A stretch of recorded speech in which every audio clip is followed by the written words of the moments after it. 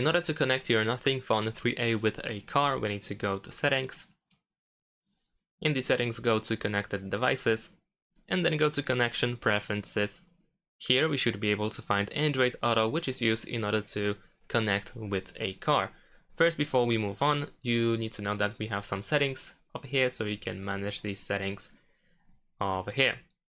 Alright, so now let's go to Connect a Vehicle button, and then we have the instruction where we need to connect our phone by using the USB cable. We need to connect it to our car. And also, if your car supports wireless connections, then we can choose Connect using Wireless Android Auto. And then we have additional instructions that we can follow. We can also go to Connect using Bluetooth and then press Pair a Vehicle.